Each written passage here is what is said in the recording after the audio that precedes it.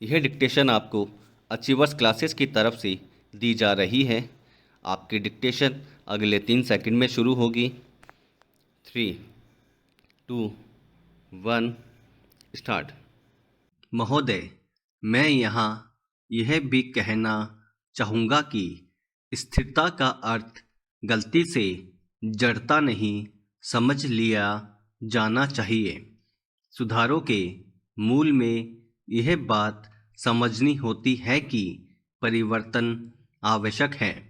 भारत में स्वतंत्रता प्राप्ति के बाद से हम जिन आर्थिक नीतियों पर चले, उनसे हम विकास के एक ऐसे सोपान पर पहुंच गए कि जिससे 2001 तक हमारा काम अच्छी तरह चलता रहा। इससे पहले भी परिवर्तन की आवश्यकता अनुभव की गई थी और 80 के दशक के अंत में परिवर्तन शुरू भी किए गए थे। 1990-91 के संकट से तो इस प्रक्रिया में तेजी आ गई। अपनी पिछली नीति से हमें जो सफलताएं मिली थी, ये सुधार उसी पर आधारित थे। यदि हम 1991 में नियमनों को दूर कर सके और उदारीकरण को जारी कर सके तो इसका कारण यह था कि प्रधानमंत्री के बुद्धिमत्तापूर्ण मार्गदर्शन में स्वतंत्रता प्राप्ति के बाद से हमारी अर्थव्यवस्था के विभिन्न क्षेत्रों ने प्रगति करके एक आंतरिक शक्ति प्राप्त कर ली थी।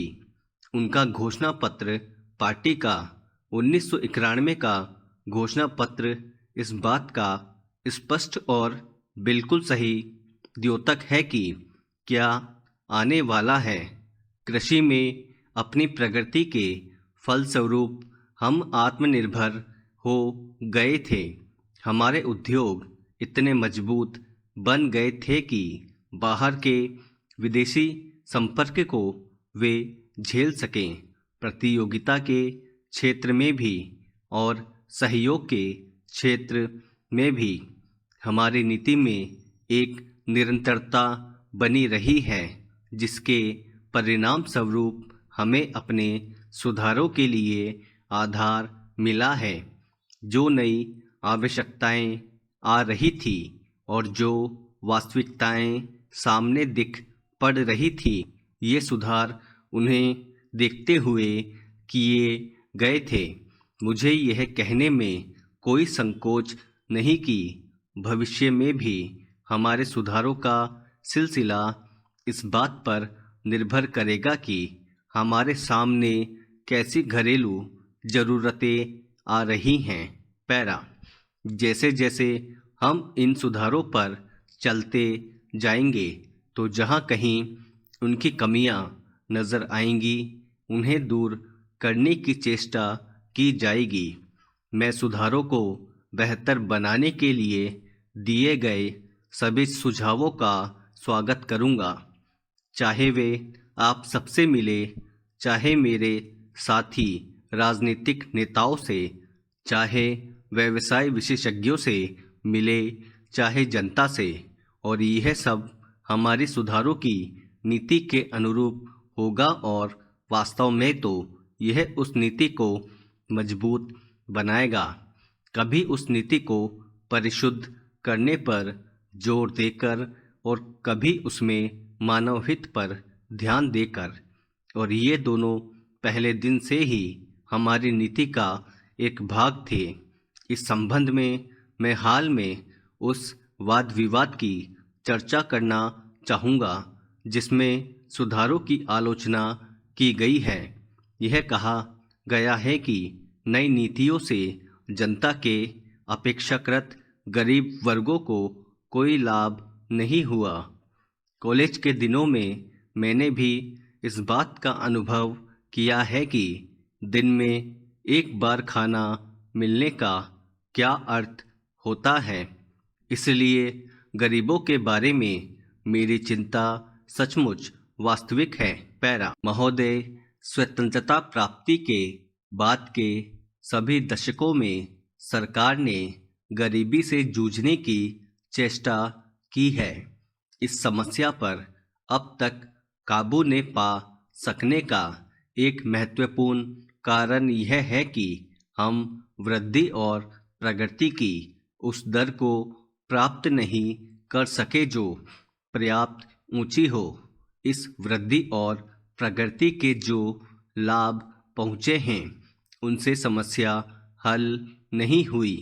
इन सुधारों का उद्देश्य यह है कि हमारी वृद्धि की दर की रफ्तार त्वरित हो जाए, परंतु चूंकि वृद्धि के लाभ पहुंचने में काफ़ी समय लगता है, इसलिए मैंने यह फैसला किया कि केवल गांव के स्तर पर अलग से साधनों का एक पार्श्व टीका लगाया जाए, ताकि पहले के मुकाबले गांवों के गरीब लोगों के लिए रोजगार पैदा करने तथा उनकी शिक्षा, स्वास्थ्य और अन्य सामाजिक समस्याओं पर कहीं अधिक ध्यान दिया जा सके।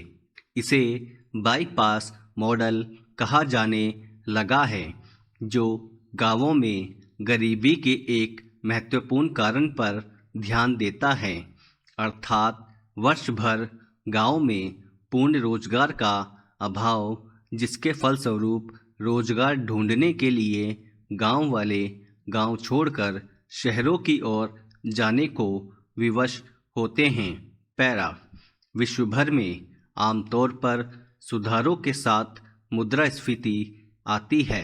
उसकी कठिनाइयों को पूरी तरह मिटाने की बात तो नहीं हो सकती, परंतु उन्हें कम करने के लिए मैंने नई सिरे से मजबूत बनाई गई सार्वजनिक वितरण प्रणाली को लागू किया है, जिसके अंतर्गत गरीब लोगों को अनाज विशेष रियायती दरों पर दिया जाएगा। मुसीबत में पड़े कारखानों के मजदूरों की सुरक्षा के लिए राष्ट्रीय नवीकरण कोष शुरू किया गया है। मुद्रास्फीति को न्यूनतम करने का कोई भी प्रयास छोड़ा नहीं गया। मैं यह चर्चा आपको इस बात की जानकारी देने के लिए नहीं कर रहा कि हमने क्या किया है, बल्कि इस बात पर जोर देने के लिए कर रहा हूं कि हमने आंख मूंद कर ये सुधार नहीं किए, बल्कि इस बात पर अच्छी तरह विचार करने के बाद किए हैं कि क्या कठिनाइयाँ सामने आ सकती है, और इस दिशा में समझते बूझते हुए प्रयास किए हैं कि उन कठिनाइयों को किस तरह कम किया जा सकता है, ताकि इन सुधारों का लाभ समाज के सभी वर्गों तक पहुंच सके।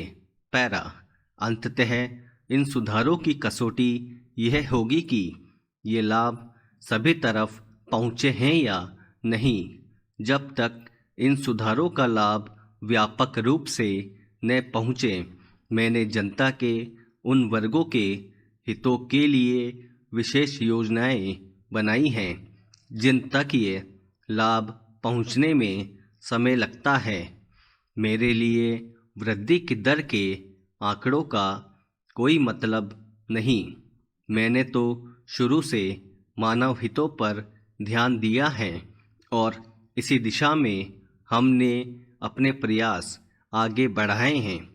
आज ज़रूरत इस बात की है कि हम बड़ी सावधानीपूर्वक यह देखें कि समय समय पर हमारे सामने क्या बाधाएं आ सकती हैं और उनको तत्काल और प्रभावकारी ढंग से दूर करें।